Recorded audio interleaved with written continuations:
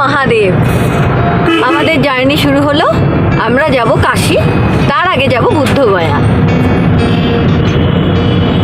এখন বাজে সকাল 8:45।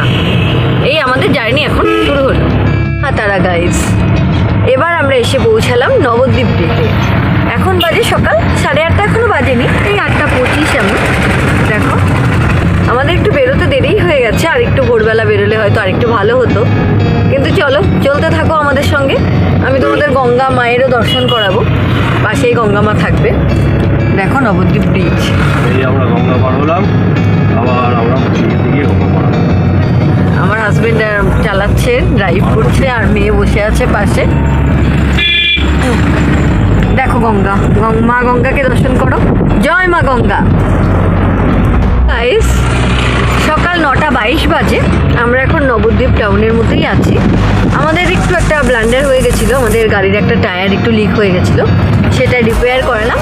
তারপর আবার আমরা চললাম। সবাই বলো হর হর মহাদেব। ফাল্গুনে বিকশিত কাঞ্চন ফুল, ডালে ডালে পুঞ্জিত আম্র মুকুল। এখন আমরা কুসুম গ্রাম, জায়গাটার নামটা কি সুন্দর না? ওখান দিয়ে এখন যাচ্ছি। এখনো হাই রোডে আমরা ঢুকতে পারিনি। এখন একটা বাস কি বেপরোয়াভাবে চাপিয়ে চলে গেল। আমার হাজবেন্ড ড্রাইভ করছে। এখন জায়গাটা খুব ঘিঞ্জি, মানে একটা যেহেতু বাজার, যে কারণে খুব ঘিঞ্জি। চলতে থাকুন আমাদের সঙ্গে। জয় মাতারা, জয় প্রভু বামদেব। এখন আমরা বর্ধমানে একটু দাঁড়িয়ে গেলাম। আমাদের সঙ্গে চা রয়েছে, ফ্লাক্সে অনেক খাবার দাবার রয়েছে, সেগুলো একটু খেয়ে নিই। সকাল 10:40 এখন। ঠিক আছে, তোমাদের সঙ্গে আবার দেখা হচ্ছে। দেখো বর্ধমান, আমরা এখন বর্ধমানে। এখন সকাল 11টা বাজে। রাস্তাটা খুব কনজেস্টেড, মানে মানুষজন যখন তখন দেখো কীভাবে রাস্তার উপরে উঠে পড়ছে। চালাতে ভীষণ প্রবলেম হচ্ছে, মানে কী বলবো এইসব রাস্তাগুলো। আর আমি একটাই টিপস দেবো আপনাদের, আপনারা যখন ফ্যামিলি নিয়ে, আমাদের মতো, আমাদের যেমন ফ্যামিলি কার এমন নিয়ে যখন যাবেন, তখন খুব ধীরে সুস্থেই যাবেন, গন্তব্যে পৌঁছাবেন। আগে রাস্তায় হোটেল নিয়ে নেবেন রাত হয়ে গেলে। দেখুন এক হনুমান মন্দির, আপনাদের দর্শন করাই। জয় বজরংবলী পুজো চলছে। ঘড়িতে সকাল 11:30। আমি নেক্সট লাইন দিয়ে বলতাম, এই প্রথম আমরা ঢুকে থাকি। সবাই বলুন জয় বাবা বিশ্বকর্মার জয়। হ্যালো গাইস, চিপস আর চকলেট খাওয়া দাওয়া চলছে গাড়িতে বসেই। এখন বাজে 12:30 দুপুরবেলা। এখন আমরা আছি দুর্গাপুরে, NH-19 দিয়ে আমরা চলছি। আবার পরে আবার আপডেট দেবো। হ্যালো গাইস, এখন বাজে দুপুর 1:30, আর আমাদের কমপ্লিট হলো 200 কিলোমিটার। দেখুন ড্রাইভার সাহেব, আপনি কিছু বলবেন না? কিচ্ছু বলবেন না? উনি আসলে ড্রাইভিংয়ে ব্যস্ত। আসলে এতটা চালানো একা একা, এটাও তো একটুখানি টাফ ব্যাপার। ঠিক আছে, চলতে থাকুন আমাদের সঙ্গে।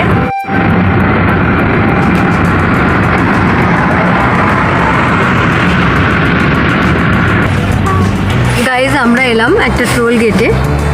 এখান থেকে টোল কাটা হবে।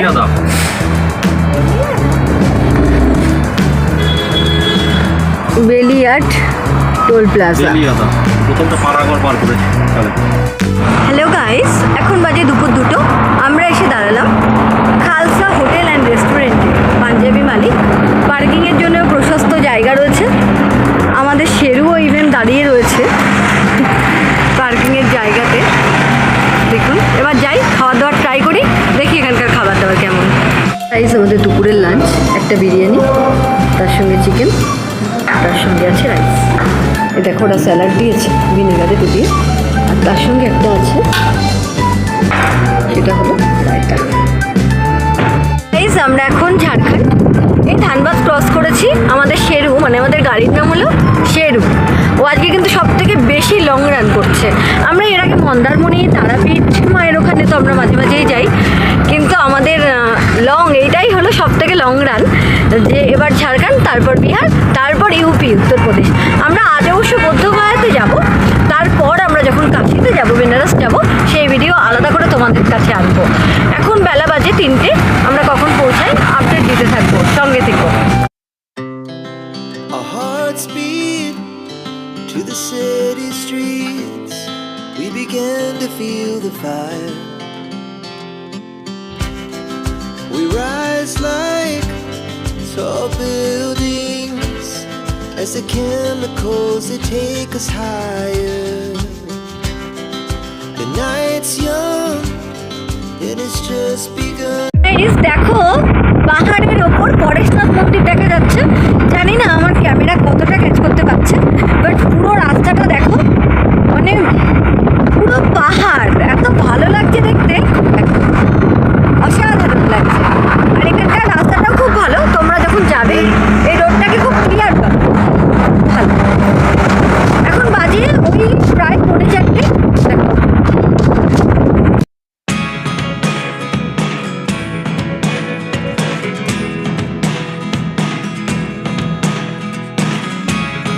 Never really know what's going on. Look at me sometimes like all you want to do is run. Hear me out, hear me out. If all the things you never show, there are the things I want to know. Secrets start in আবার একটা toll পার করছি।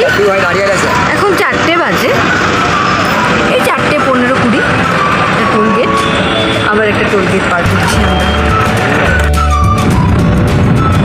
Guys এখন বাজে 5:30। দেখো আমরা এখন চলছি, এখনো গয়া, বুদ্ধ গয়া, অনেকটাই দূর, প্রায় 90 কিলোমিটার। এখন আমরা চলছি, রাস্তা মোটামুটি ভালো, অনেক জায়গাতে রাস্তাতে ডাইভারশন ছিল, যে কারণে আমাদের একটু লেট হয়ে গেছে। আর আমাদের তো তোমরা জানোই যে আমাদের টায়ারটা পাংচার হয়েছিল, এইসব কারণে একটু লেট হয়েছে। দেখো অস্তগামী সূর্যদেব, আবার তোমাদের পরে আপডেট দিচ্ছি। আবার একটা টোল পার হচ্ছে আমরা, এখান থেকে চম্পারণ আর 18 কিলোমিটার। যে চম্পারণের মাটন খুব ফেমাস, সেই চম্পারণ আর 18 কিলোমিটারের মধ্যে আমরা পৌঁছে যাব। দেখা যাক বুদ্ধগয়া পৌঁছাতে আমাদের ঠিক কত সময় লাগে। গাইস সন্ধ্যা 6টা বাজে, দেখো এখনও হালকা আলো আছে। এখন আমাদের বুদ্ধগয়া পৌঁছাতে প্রায় 60-70 কিলোমিটার এখনও রয়েছে। জানি না কখন পৌঁছাবো, সকাল থেকে আমার হাজব্যান্ড ড্রাইভ করছে, একটু টায়ার্ড তো অবশ্যই হয়ে গেছে, তবুও যেতেই হবে, চলাই ধর্ম। কবি বলেছিলেন I have Miles to go before I sleep, সেটাই মনে হচ্ছে এখন এই রাস্তাটাই যেতে যেতে। এই চলাই তো ধর্ম, চলাই জীবনের আনন্দ আর কি। ঠিক আছে, আবার তোমাদের দেখা হবে, আমি আবার আপডেট করবো তোমাদের। এখন বাজছে সন্ধ্যা 7টা, এখন আমরা যাচ্ছি, চারিদিকে অন্ধকার, মাঝে বেশ আমরা একটু টেনশানে ছিলাম, একটু জঙ্গল এরকম এলাকা আমরা পার হলাম। সারাদিন পর আমরা খুব ক্লান্ত বিধ্বস্ত, আমার হাজব্যান্ড সকাল থেকে জ্বালাচ্ছে। এবার জানি না, এখনও তো 35 কিলোমিটার বাকি, আমি কখন পৌঁছাই তোমাদের অবশ্যই আপডেট দেবো। গাইস রাত 8টা বাজলো, আমরা বুদ্ধগয়ায় ঢুকে গেছি, খুব টায়ার্ড। এই যে ওয়েলকাম টু বোধগয়া, এগুলো আপনারা দেখতে পাচ্ছেন হয়তো। যাই হোক, ঢুকে গেলাম হোটেলে, মানে হোটেলে এখনো ঢুকিনি, হোটেলে ঢুকবো। আবার দেখা হচ্ছে পরের পর্বে হোটেলের ডিটেলস নিয়ে, ততক্ষণ বাই।